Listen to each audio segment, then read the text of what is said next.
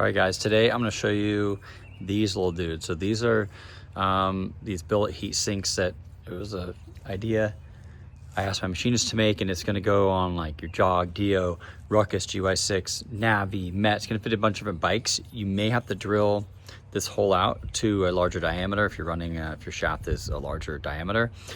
We are including a nut for you guys that the Navi guys, a nut, this factory nut won't fit in here. And there's also, we have a video, actually no, I don't know, it's on Instagram. But the way you're gonna install this, you're gonna pull your old nut off. These screws, you can change the location, make sure they're tight, but those screws are gonna keep it from rotating against your bell. So make sure you put it on your bell, rotate it, make sure it sits flush, and adjust those screws to be in the right positions to where it won't rotate back and forth. That's the purpose of those screws, and that's the purpose of those holes. So important to get those right. If you don't have those screws in or they're not contacting your bell, then this could in theory spin and loosen that nut up. So be careful. Also I would use blue thread locker with this guy. So right now they're only available in this raw finish like this. We could change the design up. We want to make the scoop a little bit different, but you have to do it on a 5-axis, and that doesn't quite double the cost of it, but it gets quite a bit more expensive because the machine's different. So these are done right here close to the shop. And I'll show you guys briefly kind of some of the testing we did. There's more testing to be done. That being said, I rode the heck out of this thing, as you guys will see in this video. The Zoom I rode for, I don't know, 100 miles maybe that night. Hard riding, and never once felt any of that chatter, shaking, vibration. We'll maybe make a black one too. I actually really like the way this one looks. This is anodized. My machinist just made us an extra one. So yeah. Show you guys how these guys work. They are available on the website. If you have any questions on fitment, hit us up. It will not fit under your cover. You will have to trim out that cover for this this to clear. So if you have questions about fitment, go ahead and hit us up prior. I'll also show you guys a couple other new parts that we got in. All you Dax guys, we made the really, I'm sorry, Dax. This is Dax. YSR guys, we made these beautiful, same machinist right down the road, billet sprockets. I'm gonna show you what the old ones used to look like. So this company, Sprocket Specialist or something, we used to buy sprockets from them, and they're in the United States, and this is what you get. So that's just the difference. That's ours, that's theirs. So not that's a bad product, but all these lines you see, it's just a really very rough, basic design. And they just went MIA anyway, so just they kind of disappeared. So this is what we came out with. What's funny is I think this is like $20 more than this roughly. I think these are like 70 bucks, and we have these up for 89. But you've got the teeth counted in there as well. The numbers is 37. It's just black on the back side, so extremely really nice product. So that's going to be your YSR. We have this for Grom that we just made as well. Again, shows the tooth count, and this is going to be for Dax and Monkey. Newer Groms, let us know, because these are going to be different size.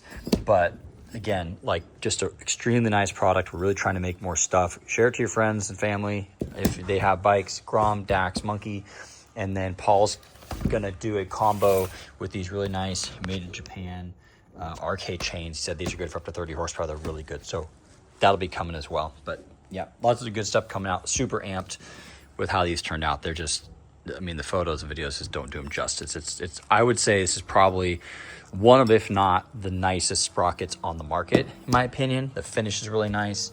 So, and as far as the YSR, this is it. This is all you guys get, and luckily you get a really cool product. Oh, yeah.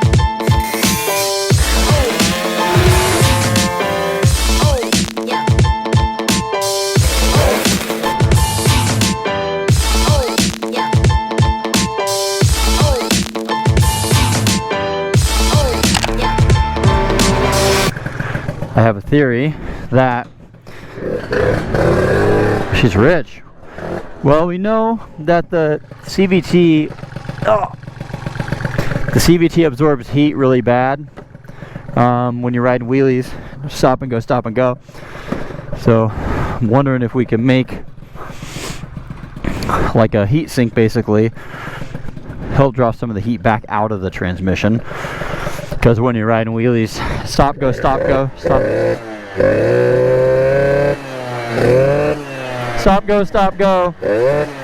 It heats that bell up, So I'm curious. This thing's way too rich.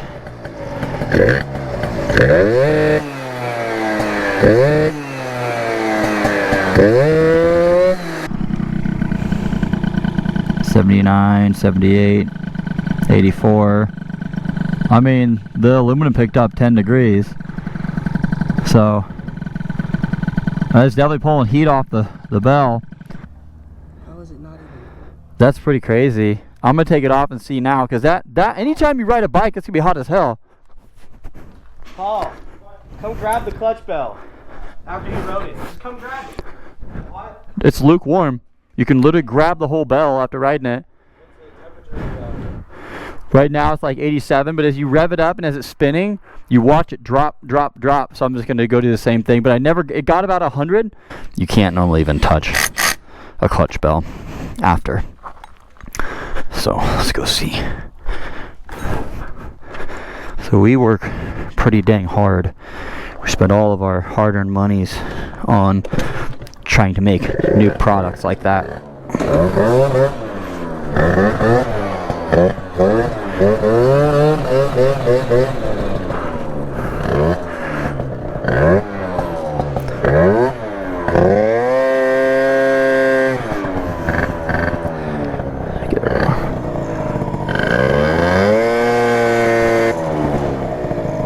140 degrees, 155 degrees. Wow.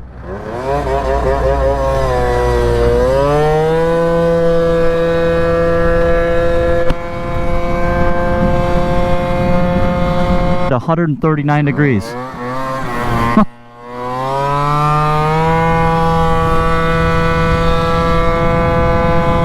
So it's not gonna get hot when you're riding like this. It's gonna cool down, right? In theory, it's because the clutch and bell are already engaged.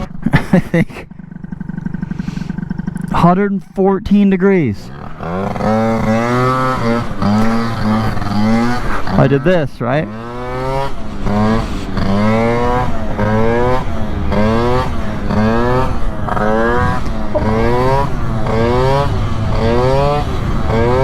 I mean, this is what works that clutch.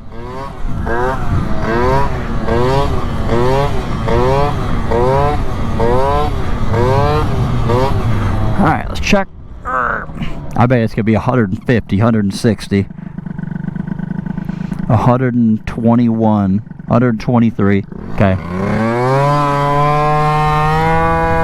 What's really cool about the CNC parts, guys, is we have them made. I could ride my scooter to go pick up the parts. So to me, that's cool because I'm supporting a friend, a USA resident, a USA business. He's just one guy doing it himself. So to me, it's neat to see that connection and to know all of our CNC stuff is coming from a local here. So you are supporting, you know, you're supporting a small USA business who just guys like us, basically. Look at that.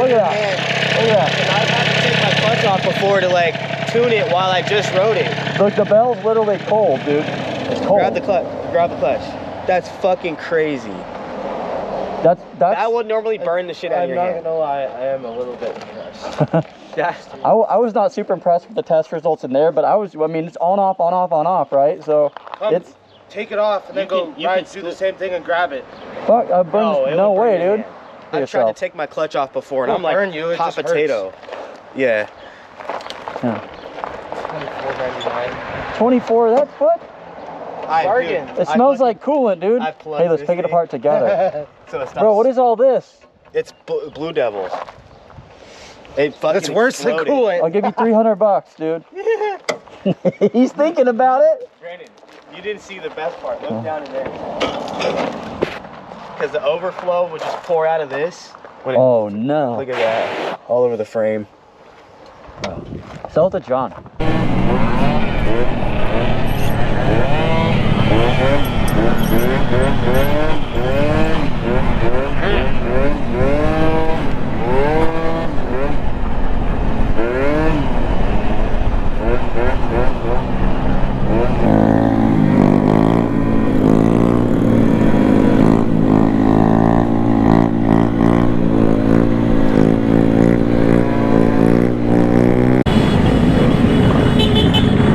Come on, let's go!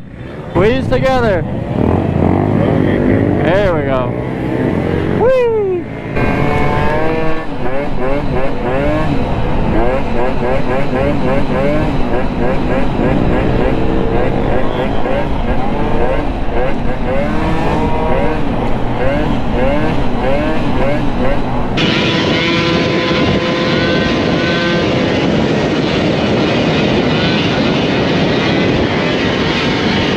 You didn't see any Saturday. Saturday was rainy, but it was still a lot of fun. Bridge City. This GoPro fell off my helmet Friday.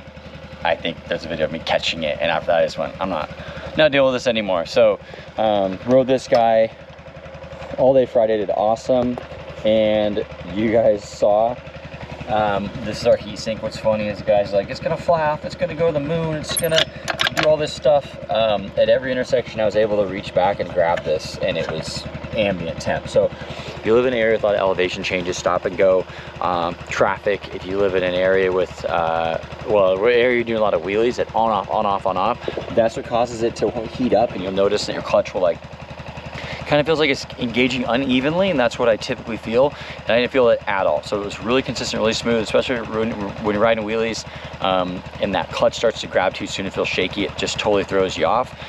My Red Runner does it because the CVT is all enclosed, and once it does that, it's not even, I don't even try to ride wheelies on it because it's just not right. It's hit or miss, it's inconsistent. So it does work, it does make a big difference. It's not for everybody. It does fit on the Zoom, of course. I didn't have, this was already done before, so I would have just naturally found a spot and done a perfect circle for that to stick out. It would have looked really good. But being that this cover is already messed up, that's just kind of how it was. But yeah, so this is gonna fit on your Zumas, your Dios, your Jogs. It's gonna fit on any CVT bike. You just have to cut this center section out. And if you have a PCX, GY6, and there's still a bunch of thread there too. If you have a PCX, GY6, Navi, you're gonna have to drill this center out to 12 millimeter, and we have a special nut that goes with it as well. So keep that in mind. But if you have any questions on fitment, just let us know. Going ahead, got the WR unloaded. That's what Ed ended up riding the rest of the day on Saturday. And then I took the DAX, worked out awesome. The seat, it looks good, but it is horribly, horribly uncomfortable. So I struggled with that. But overall, put 100 and, I think I put 120 miles, about 120 miles on it this weekend. So no issues with anything. It did really good. I mean, it's a pretty, you know, it's a brand new bike basically, so I didn't anticipate any problems. So yeah, Bridge City was awesome. Come next year. Again, I'm not really super concerned about how many people come. I'd rather just have good people. We ended up going to a really cool restaurant out here, kind of where I live, and Scooter Swap Shop paid for like bunch of big plates of nachos, had a few pictures of beers and stuff. So it was good people. And just want to say thanks to all the guys that did show up, guys and girls that showed up, that rode, and everybody who rode in the rain. That was awesome. We just did it. It wasn't that bad, and everybody had a good attitude about it. Went to the shop, pulled out a big giant diesel heater, heated everybody up. We had a bunch of food. Well, we had corn dogs, had some beer, stickers, sunglasses, all that good stuff. So thanks for showing up. Thanks for showing your support. Let us know if there's something you guys want to see different next year. Also, Slabtown Cycles, Chris did a really good job on the Friday ride. So appreciate y'all. See you next year.